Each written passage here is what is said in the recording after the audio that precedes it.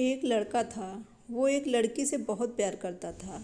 वो उस लड़की के लिए कुछ भी करने को तैयार था।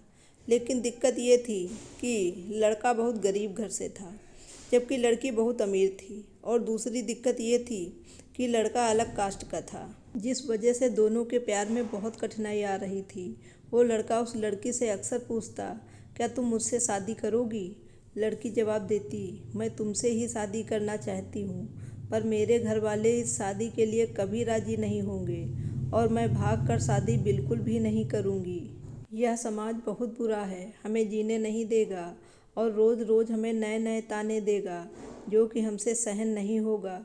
जब लड़का कहता है, ठीक है, जब मैं अपने पैरों पे खड़ा हूँगा तो तुम्हारे पापा से तुम्हारा हाथ मांगूंगा। लड़की हंसते हुए कहती है, शादी में क्या रखा है? क्या शादी बाद तुम्हारे लिए मेरे दिल में प्यार कम हो जाएगा? यह सुनकर लड़का सोच में पड़ जाता है। फिर हंसते हुए कहता है, क्या तुम शादी बाद मुझको भूल जाओगी? इस पर लड़की कहती है, ऐसा कभी नहीं होगा। मेरी सांसें रुक सकती हैं, लेकिन तुम्हारे लिए मेरा प्यार कभी कम नहीं होगा। फिर धीरे धीरे वक्त बीतता गया और लड़की के घर वाले उसके लिए लड़का देखने लगे। जब लड़के को यह बात पता चली तो वह पागल सा हो गया।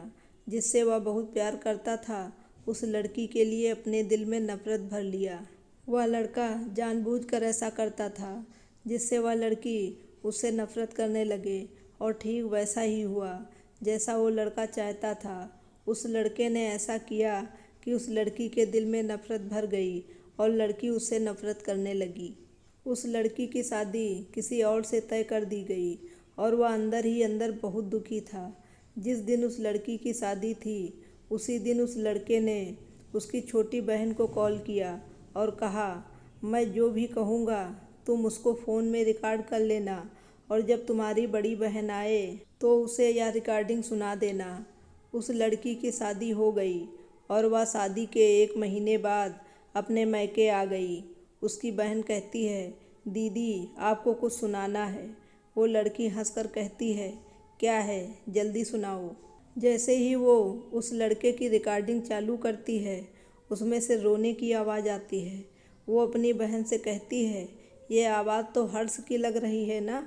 छोटी लड़की कहती है, दीदी जिस दिन आपकी शादी थी उसी दिन हर्ष का कॉल आया था। वो बहुत रो रहा था। आप खुद ही सुनिए वो क्या कह रहा था।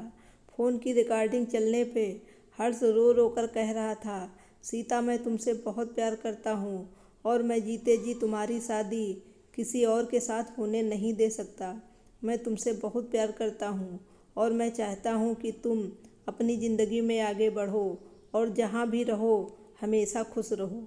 तुम्हें कभी भुला नहीं सकता। इतना कहकर फ़ोन कट जाता है। हर्ष की यह बात सुनकर सीता बहुत रोती है और अपनी बहन पे चिल्लाती है, तुमने मुझे क्यों नहीं बताया जिस दिन हर्ष का फ़ोन आया था? छोटी बहन जवाब देती है, मैं क्या करती दीदी, मैं तो कसम के धागे से बंधी थी। वो अपनी बहन को उसी नंबर पे फ़ोन लगाने को कहती है जिस पे हर्ष का फ़ोन आया हुआ था।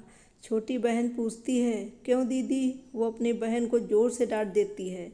छोटी बहन हर्ष को फ़ोन लगाती है। दूसरी तरफ फ़ोन उठता है। हेलो हेलो आंटी जी, हर्ष कहाँ है? हर्ष की माँ रोने लगती है और कहती है कि अब हर्ष इस दुनिया में नहीं रहा। वो ये सब सुनकर चौंक जाती है और पूछती है, ये कब हुआ? पता नहीं कैसे हर्ष ने अपने आप को ज़िंदगी से दूर कर लिया। कसम खा ली थी कि किसी से भी शादी नहीं करेगा। छोटी बहन, आंटी कब की बात है? हर्ष की माँ ने कहा, यह 19 मार्च की बात है बेटा।